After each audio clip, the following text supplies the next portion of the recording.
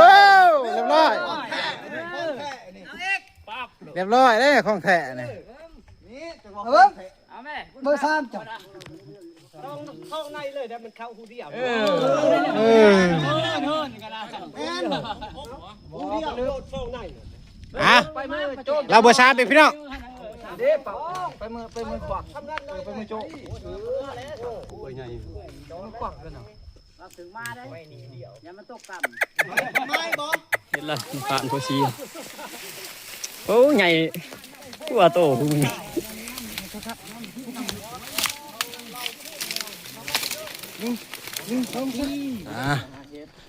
สบายดีทีมงานสายละทุกคนเนาะที่ติดตามส่องบ่าวภาษีคนหากินคือเก่าเมื่อนี้ทีมงานเฮาก็ได้มาออกลาคือเก่าตามสายผู้เฮาเมื่อนี้ก็ในหอประวัติศาสตร์ทีมงานเฮามาจักคนนายพัน18 นายเนาะมื่อนี้กับน้องมาอีก3-4 โตมื่อนี้คาดว่ามันประมาณกะรอลุ้นไปทำกันจนจบคลิปเลยว่าบรรยากาศก็บ่มีแดดปานใดย่างกับสีบ่เมื่อยปานใดเนาะทุกคนมื่อนี้ก็เฮานี่ก็ข้าวเช้าก็บ่ทันได้ปั่นซ้ำในพานเก่าแก่เขาก็มาเนาะมื้อนี้ถือว่าในตำนานเลยมื้อนี้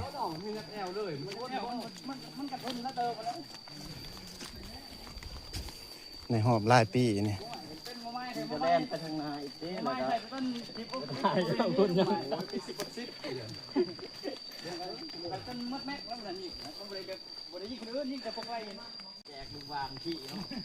ขาดว่านายพานเฮาจะเจอเบาะแสแล้วเนาะทุกคนขาดว่าจะเจอห้อยมูบ่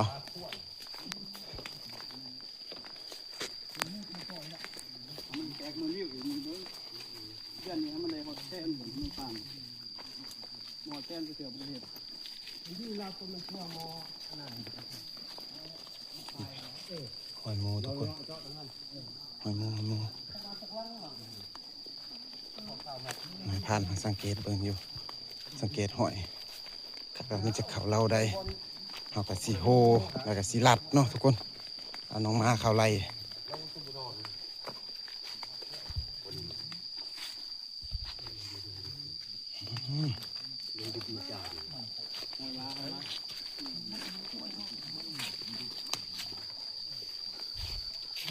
ในผ่านนี้ตั้งใจเกิด ของแท้พี่น้องเกือบขาดเลยไปเบิ่งมึงเนาะคือดมมึงครับ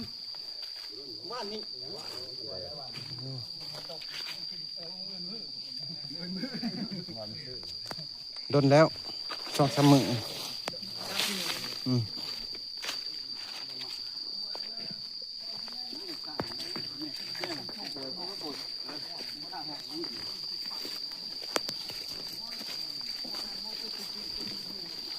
นายพานซ้ำจะได้มื้อนี่ไว้สบายเนาะถึกเมียหายเนี่ย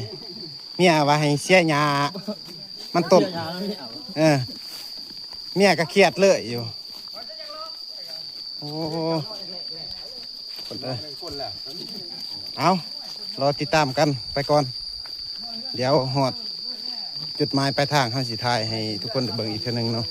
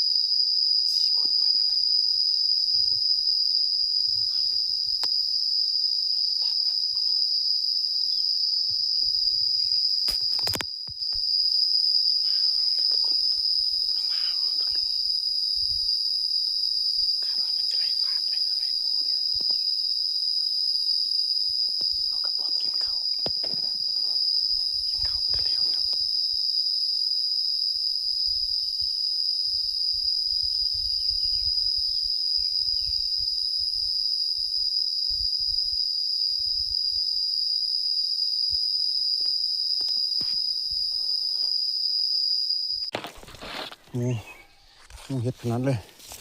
โอ้มันออกไปนี่ท่านในพานทางนี้ระบาดหนึ่ง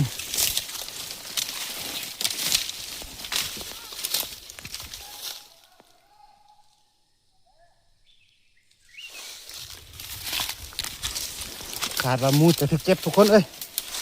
ในพานเป็นมาให้ระวังโตอย่ามันเห็ดโอ้นี่หางมันทุกคน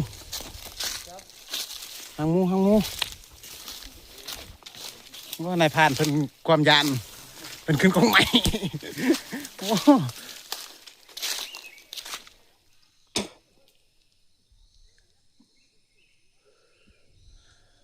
ขนาดเลยนี่หางมูทุกคนมู4-5 ตัวขาดว่า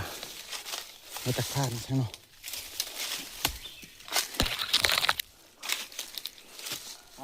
ฮะหกจับพี่น้องผ่านหกจับโอ้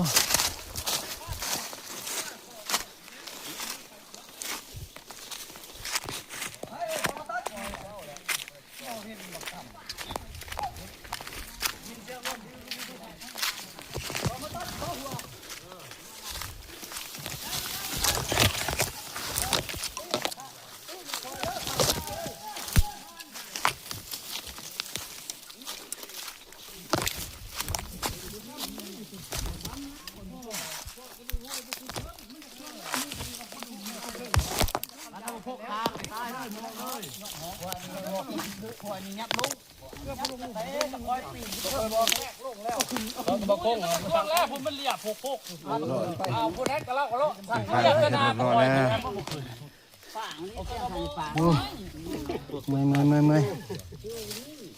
บ่แล้วเขาอยู่ทึ่งผู้ใด พอไม้ติดพอไม้ลงแล้วมันขึ้นกับพอไม้แต่ยิง ปั๊บไปเลยเลย ทางดัง ให้ทับ ต้องโต้ดิ โอ้ ตัวนี้จะบ่ทันออก ไม่ใช่ยิง แล้วมันพระไปเบิ่ง ทึ่งผู้นะ หมูสองโต๊ะ บางงองเลย นอนกันสองโต๊ะคอยนี่ ใช่ไหมปืนเว้ย หันกระโดดอยู่หมูหันกระปกบ่ค่อยจะหุ่นมา เรียบร้อยทุกคน พอน้ำห้อยมาเลยแต่หุ่นเนาะทำเนาะวิทย์ ตัวเดียวนี่แล้วตัวเดียวนี่นะห้อยมันกินกระโปงมากอันนั้นก็ลงไปห้อยบ่อน นี่ไงมีแต่ไรมูตีนกุดตีนขาดดิ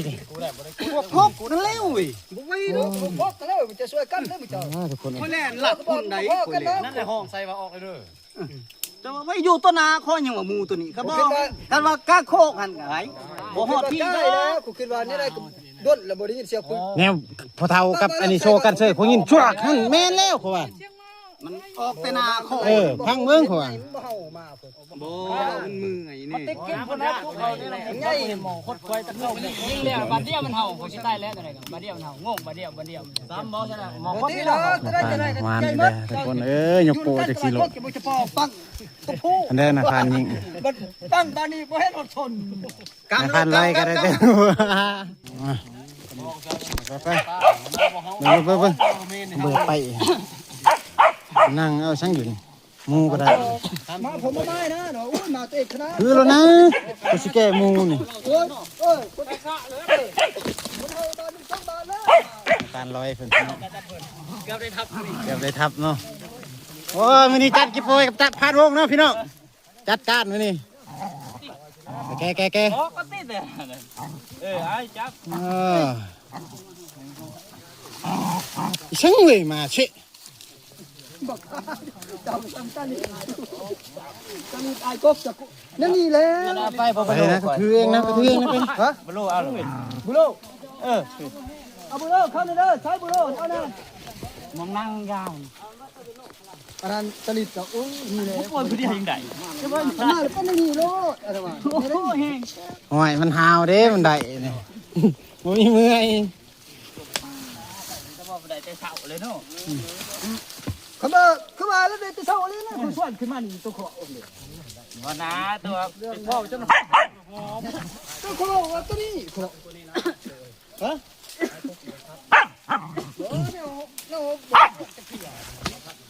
งั้นแล้วออกมาสบาย ห้ามมันแล้วไปตี นี่ได้คือว่ากำลังนอกหนึ่งซื่อๆนี่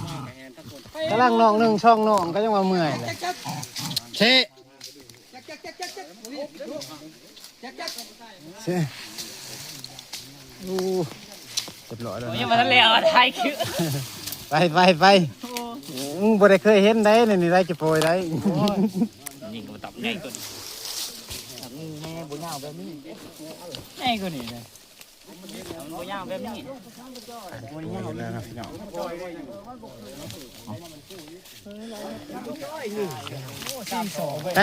แตกช็อกนะท่าน 3-2ครับ เอาไม่เบิ้งไม่เบิ้ง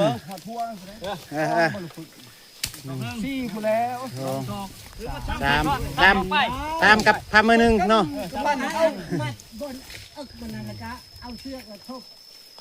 สอง กับฮอตซี่นี่ สามกับช่องพามือ 3-2กับคืบหนึ่ง คืบหนึ่งพี่น้องประมาณ70 โล 80 โลนี่บ่ต่ำเนาะ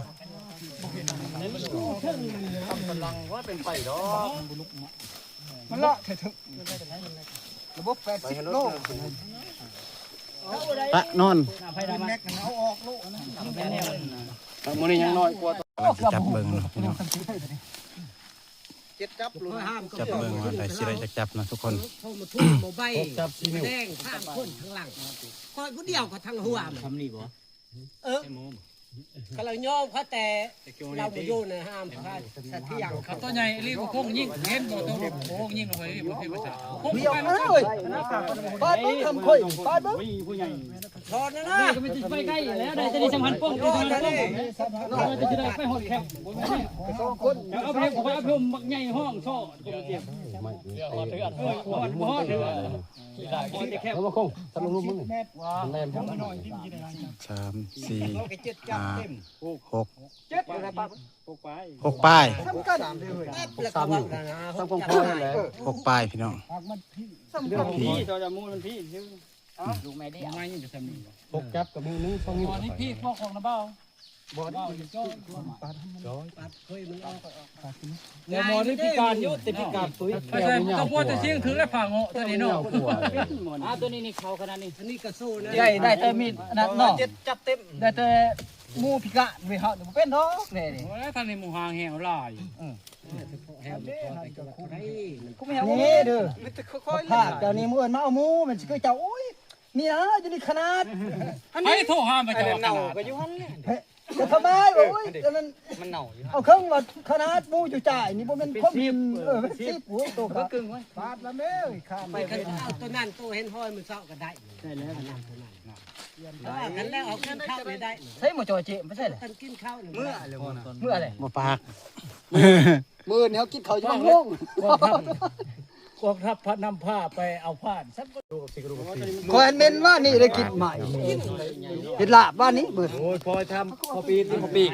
กับพอดึกดูมันจะเรากินข้าวปีกหมูเป็นผ่านปีกเมนเหมือนนั้น ขอโทษครับพ่อ แม่กล้อง เอ้ยกำลังเต้งเมื่อ8 โมง เอาไปติดตามด้วยใน YouTube ข้าวปีกไปมันยักษ์มันคืน กันว่าบ่ข้าไปเรียกมันมืดคืนลีเลย ไปติดตามใน YouTube ว้าอารมณ์สิได้ก็บ่เห็นกดไลค์กดแชร์ บ่กดให้กดให้จัง บ่ใน YouTube พุ่นนะ อยู่ที่มีดเลยว่า ก็ไลฟ์เฟซบ่ได้ลง ก็บ่เห็นใน YouTube ฮะใช่โอ้เจ้าบ่ฮู้แล้ว นะมันทันว่าสิดาคุยเลยมันมาชวนกูได้เด้อมึงว่านะกูไปลองชวนเสาร์อาทิตย์ จอยเจมกับจอยอันนั้นจอยมันหมู่จอยมันก็ให้เมียทับเบิดโทรศัพท์บ่เต้งครับก่อนที่เลือดกินนี่ยุ่งบ่ แล้วก็ปีกเนาะในพัน มันกลัวตัวน่ะอีโนหนูหมูตัวนี้ทู่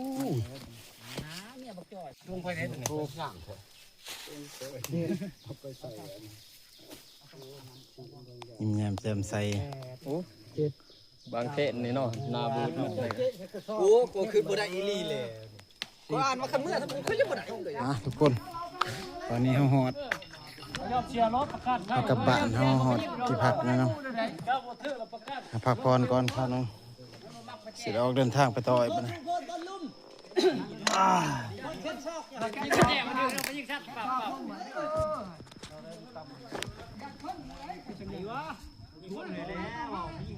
ไปคู่เทนนิสช่างเอ็ดไปแจกข้าวกับมิ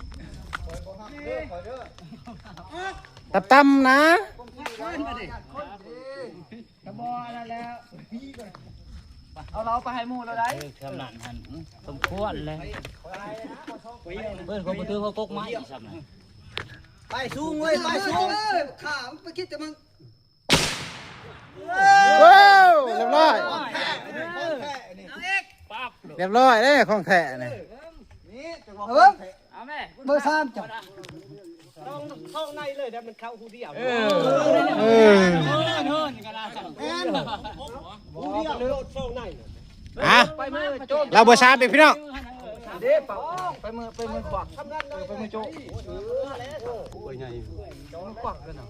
เราถึงมาได้อย่ามันตกต่ำ อับซ้อน พอไปปัดตัวพากมาเลย ว่าสิหลังแตก มาแทกกันเอาอีกเนาะ ฟ้าได้เว้ยพาก ตัวนึงก็จะไปวนกกไว้ตัวนึง มา เล่นบ่ เอ้ยตกช่วงโอ้วันนั้นสแต็กช่วงบ่ช่วงโอ้ โอ้ย เป็นชอก บริศอกหนึ่ง อันนั้นนิ่งตัวเทิงอันนั้นนิ่งตัวเทิง โทเทไปทำนั่นนะ จอยอะไรมัน สัตว์บ่ถืออย่างนี้สัตว์ซั่นนี่ จะเบิ่งว่าปื้นจะไปทางไหนทางไหนให้เอิ้นมาเออ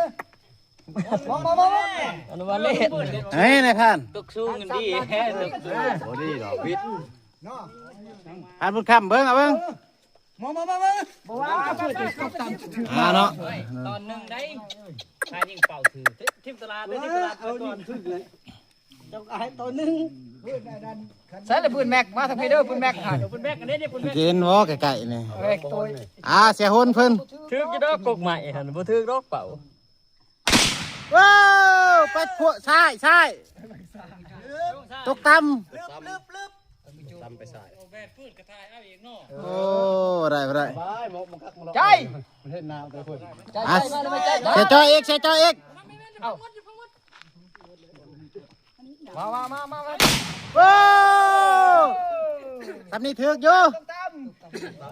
ใกล้เคียงแล้วดิเนาะ ในการเป็นมือควักไพ่หันจอย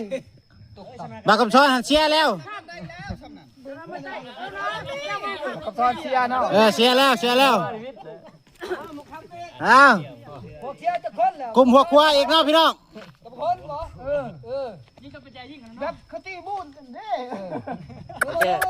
แบบตีบุญ แก เด้ ต้อง อ ย้อนยิ่งกว่าจะใส่หรอ ไปไก่จะได้ไปแทกเด้อจะได้ไปแทกพ่อจอยก็มองคนอยากซูซี่กันไหน เชียร์ได้เนาะ เสียได้ซูซี่ได้พ่อจอยก็มาคนเดียวไหนสำเดียวไหน ซ้ำดอก ซ้ำเลยโอ้ยซ้ำเลยไปแทกรถหันระยะพยามนหม้อกู้อ่ะสับ ถึงมาจะลุ่มได้เลย งน บ้าเว้ยเอาได้ ดูบ้านบ้านจะใส่ถุงน้ำดูตรงนั้นใส่เลยนะเล่าคำเมื่อสิวะเอาเลยตอบไปมนคือการกินมา ไปใช่ ได้ ตกต่ำแล้วก็ไปใช่ในหนึ่งมอนี่แห้งลูกปืนเนี่ยคืบหนึ่ง คุณแม็กเลยนะคุณแม็กเอาเบิ่งคุณแม็ก สองในนี่ได้ผีกับสายตกต่ำกับสายนี่ ยิ่งตัวนี้เลิกบ้านบ่มาด้วยอยากถึงมาด้วยบ้านบ่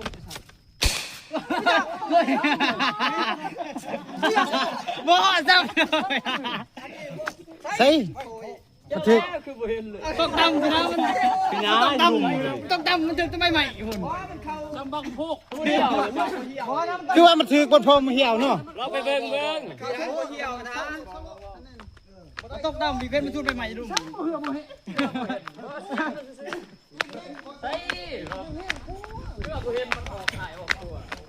โอ้ถือกของมันนั่นแหละอันนี้ถึงบนพรมเหี่ยวอันนี้บนหน้าไอ้สัสที่กูไอ้ช่างนี่ลูกนี่ โอ้ยประโยชน์อ่ะ ถือของมันนั่นแหละ ดิปปิ้ง หูบ่ใหญ่ อ่ะ ไว้ที่ยิงอยู่ลูกมันเป่าข้าวลายในลูกกินอ่ะ บ่นะยิงแล้วนะหมูหูอยู่หรอก เฮ้ยเป่าข้าวลูกเขายิง ใช่ ยิงสูง ในบอลหูเก่าหั่นนะ เกือบเข้าหูเก่า ยิงชูๆแล้วกันมาเลยนี่ก็ใส่ลูกว่าน้ำบ่ ถึก เป่าตะไดมันนี่ เด้บางประแจ ๆตกรถลุมตำ เป้าค้าบางเด้ ตัวลูกนึงก็ตกสูงจังหน่อย ตัวตกสูงมัน2 นิ้วนึงปั๊บประแจ ยังบ่ใจยังบ่ใจเอ้ยเฮ้ยมื้อนี่หมูหูหมดแล้วว่าไผถือกบ่ถือก เด้ยังบ่คงเลยก็ยังอัดไว้ซื่อ บ่หัวได้หัวแล้วบ่ยิงก็ได้ เออ บ่เรายังบ่เอาไว้ได้เปิดนี่มันมีหยังจัง พอมึงเอาเด้อสิมึงเอาเด้องูเด้อได้ดิ เอา ว่าไอ้ดอกมันนั่นเมนก็ยังตุกสุก จนไหลหม้อ นี่ เนาะ มัน2-3ปอ ข้าวเครื่องก่อนเอาแกบเอาช่างใส่กับกันก่อน มันปืนมันบ่ลาย อ่า ตัวอยู่ลุม เรียบร้อยเนาะ เปื่อยตัวนี้นะ เดี๋ยวจะยิงตัว เงาหัน นี่นะกูเปื่อยหน่อยหั่นใส่บนงามอันนั้น จะไปไม้ไป บนนั้นเนี่ยตัวซ่อนได้แล้วมีเป่าข้าวตัว เปื่อยหน่อย